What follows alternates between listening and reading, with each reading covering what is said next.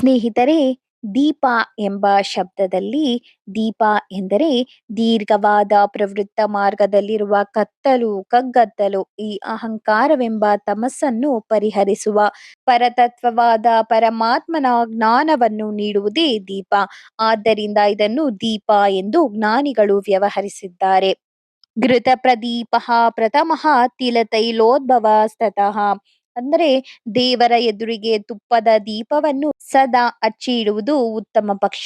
ಅದು ಸಾಧ್ಯವಾಗದಿದ್ದ ಪಕ್ಷದಲ್ಲಿ ಎಳ್ಳೆಣ್ಣೆಯನ್ನು ದೀಪಕ್ಕಾಗಿ ವಿನಿಯೋಗಿಸಬೇಕು. ಬೇರೆ ಎಣ್ಣೆಯನ್ನು ಉಪಯೋಗಿಸಬಾರದು. ದೇವಾಲಯಗಳಿಗೆ ಹೋದಾಗ ಬತ್ತಿಯನ್ನು ನೆಲದ ಮೇಲೆ ಇಟ್ಟು ದೀಪವನ್ನು ಹಚ್ಚುವ ಅಭ್ಯಾಸವನ್ನು ಕೆಲವರು ಇಟ್ಟುಕೊಂಡಿರುತ್ತಾರೆ. ಅದು ಸರಿಯಾದುದಲ್ಲ. ಭೂಮಿ ತಾಯಿಯು ಎಲ್ಲವನ್ನೂ ಸಹಿಸುತ್ತಾಳೆ, ಆದರೆ ವ್ಯರ್ಥವಾಗಿ ಪಾದದ ಆಘಾತವನ್ನು ಸಹಿಸುವುದಿಲ್ಲ ಮತ್ತು ದೀಪದ ತಾಪವನ್ನು ಕೂಡ ಸಹಿಸುವುದಿಲ್ಲ. ಆದ್ದರಿಂದ ದೀಪದ ತಾಪವು ಭೂಮಿಗೆ ತಾಕದಿರುವಂತೆ ಪ್ರಣತಿಯಲ್ಲಿಯೇ ದೀಪವನ್ನು ಬೆಳಗಿಸಬೇಕು. ಅದುವೇ ಮಹಾಲಕ್ಷ್ಮಿಯ ಸಂತೋಷಕ್ಕೆ ಕಾರಣವಾಗುತ್ತದೆ. ನ ಮಿಶ್ರೀಕೃತ್ಯ ದದ್ಯಾತು ದೀಪೆ ಸ್ನೇಹಘೃತಾಧಿಕಾನ್ ಕೃತ್ವಾ ಮಿಶ್ರೀಕೃತಂ ಸ್ನೇಹಂ ತಾಮಿಸ್ರಂ ನರಕಂ ವ್ರಜೇತ್. ಅಂದರೆ ಬರೀ ತುಪ್ಪದಿಂದ ಅಥವಾ ಎಣ್ಣೆಯಿಂದ ಮಾತ್ರ ದೀಪವನ್ನು ಹಚ್ಚಬೇಕು. ತುಪ್ಪವನ್ನು ಎಣ್ಣೆಯನ್ನು ಬೆರೆಸಿ ದೀಪವನ್ನು ಸರ್ವಾರ್ಥ ಹಚ್ಚಬಾರದು. ಅದು ಅನರ್ಥಕ್ಕೆ ಕಾರಣವಾಗುತ್ತದೆ. ದೀಪವನ್ನು ಹಚ್ಚುವಾಗ ನಮ್ಮ ಅನುಸಂಧಾನ ಪ್ರಾರ್ಥನೆ ಹೀಗಿರಬೇಕು: ದೇವತೆಗಳು ದೀಪ್ತಿಯುಳ್ಳವರು, ಅವರು ತೇಜಸ್ವಿಗಳು, ಪ್ರಕಾಶವಿದ್ದಲ್ಲಿಯೇ ಅವರ ನಿವಾಸ. ದೈತ್ಯರು ತಾಮಸರು ಬೆಳಕನ್ನು ಸಹಿಸದವರು, ಕತ್ತಲಲ್ಲಿಯೇ ಅವರ ವಾಸ. ಹೀಗಾಗಿ ಮನೆಯನ್ನು ಬೆಳಗಿಸಿದಾಗ ಅಲ್ಲಿಯ ಪ್ರಕಾಶವನ್ನು ಸಹಿಸದೆ ದೈತ್ಯರೆಲ್ಲ ದೂರ ಸರಿಯುತ್ತಾರೆ. ದೇವತೆಗಳು ಅಲ್ಲಿ ಸನ್ನಿಹಿತರಾಗುತ್ತಾರೆ, ನಮಗೆ ಹಿತವರಾಗುತ್ತಾರೆ. ದೇವತೆಗಳಿದ್ದಲ್ಲಿ ದೇವರು ತಾನಾಗಿಯೇ ಬರುತ್ತಾನೆ. ಆಗ ನಮ್ಮ ಮನೆಯೆಲ್ಲ ದೇವರ ಮನೆಯಾಗುತ್ತದೆ. ಹೀಗೆಂದು ಮಹಾಭಾರತವು ತಿಳಿಸುತ್ತದೆ. ದೀಪವನ್ನು ಹಚ್ಚಿದಾಗ ಅದರ ತಾಪ 4 ಅಂಗುಲಕ್ಕಿಂತಲೂ ಮೀರಿ ಇರಬಾರದು. ಹಾಗಿದ್ದರೆ ಅದನ್ನು ಶಾಸ್ತ್ರವು ದೀಪವೆಂದು ವ್ಯವಹರಿಸುವುದಿಲ್ಲ, ಅದನ್ನು ಭೋಗವಹ್ನಿ ಎಂದು ಕರೆಯುತ್ತದೆ.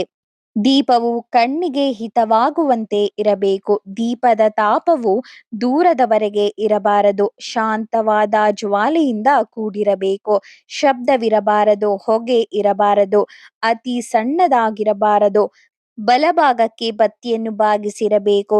ಇಂತಹ ದೀಪದಿಂದ ಜ್ಞಾನ ಐಶ್ವರ್ಯಗಳು ಅಭಿವೃದ್ಧಿಯಾಗುತ್ತದೆ.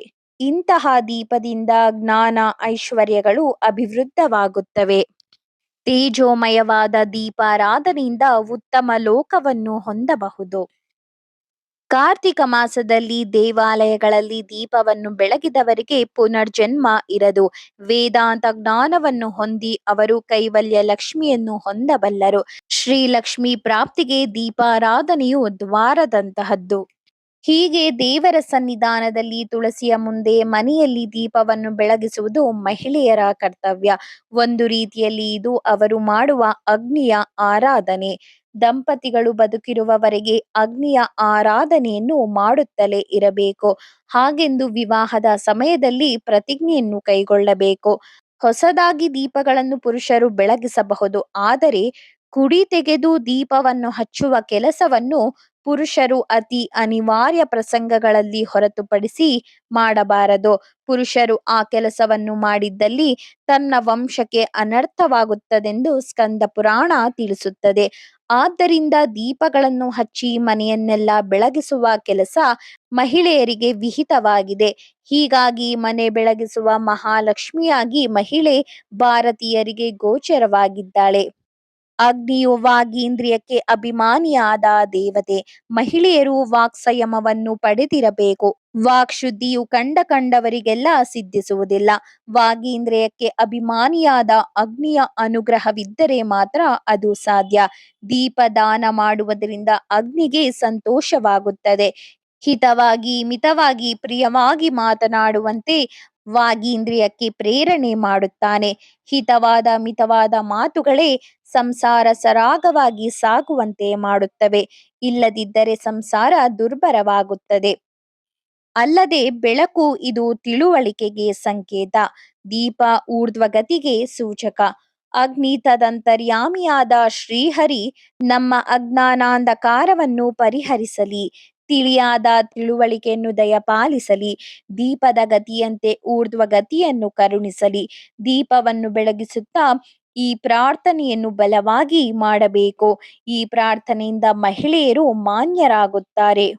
ದೀಪಗಳನ್ನು ಮನೆಯಲ್ಲಿ ಬೆಳಗಿಸುವುದರಿಂದ ಗೃಹ ದೇವತೆಯನ್ನು ಪೂಜೆ ಮಾಡಿದಂತಾಗುತ್ತದೆ. ದೀಪವನ್ನು ಬೆಳಗಿಸಿದ ನಂತರ ಆ ದೀಪಕ್ಕೆ ಪ್ರದಕ್ಷಿಣೆಯನ್ನು ಹಾಕಿ ನಮಸ್ಕರಿಸಬೇಕು. ಹೀಗೆ ಮಾಡುವುದರಿಂದ ಶ್ರೇಯಸ್ಕರವಾಗುತ್ತದೆ.